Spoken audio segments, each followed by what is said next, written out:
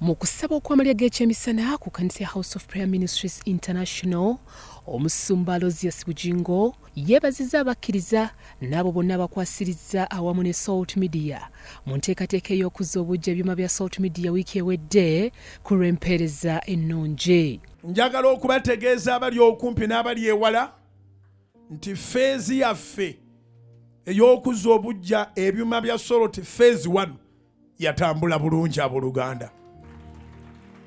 Yatambula bulungi era bangi mugenda kuwulira nga buli kimu kigenda kitereera, naye nsaba Katonda abampeera omukisa ogukatiddwa ogussuukundiddwa era ogw'omuyiika oba wawaayo katono katya, Katonda akebera mutima. Abaatambula ne bava okumpi n'ewala, Katonda akibabalira eky'eŋŋendo ze mwatambula. Abajjanga ku Kanani, abajjanga ku ofiisi, Katonda akibabalire. Tuligenda ogenda ku feezi 2 nga yawaayo emitwalo 10 ng'asobola okuwayo obukadde 3, kubanga Mukama agenda kubanga akuweeredde ddala. Omusumba Aloysius Bujingo ategeezezza nti obuweereza bwa Salt Media buyambye mu kusaasaanya enjiri ekyusizza obulamu bw'abalokole n'abatali balokole. Salt ya mugaso eri abantu abangi ddala.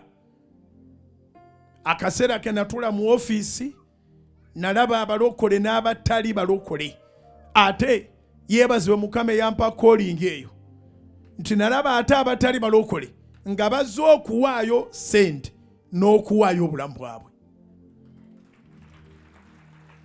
Era waliwo yafukamirawo n'agamba nti nze njatuza obulokozi, sente maze oziwaayo.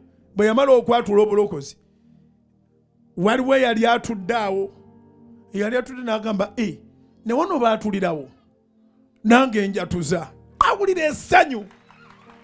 Tebagiwulidde okumala ebbanga. Abamu mwatu tebakimanyi nti bwe twatula wano nga tumaliriza service nti naye eri gyali abalokozi. Abamu bakimanyi, abalala tebakimanyi. Kale baleeta sente tulongoose ebyuma, ate ne baleeta n'emyoyo gyabwe bagize eri Katonda. Tukubire Mukama engalo ez'amaanyi. Abakalatidde okwewala okunaabuuka empisa nga basinziira ku ebyo Mukama by'abawadde, wabula benywereze mu kukkiriza n'okusaasira kwa Mukama Katonda. Toweebuukanga ng'embeera ekyuseemu. Olina okuyiga okwefuga, oba weebiri oba tebiriiwo.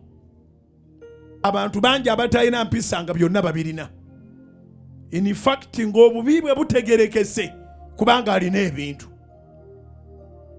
ebintu bifuga abantu, ebintu bikyusa abantu. Ne wabaawo ate abatalina mpisa kubanga tebalina. So mu bulamu buno okwetaaga somo. Mu bulamu buno okuba n'ebingi nakyo kigezo kiri awo.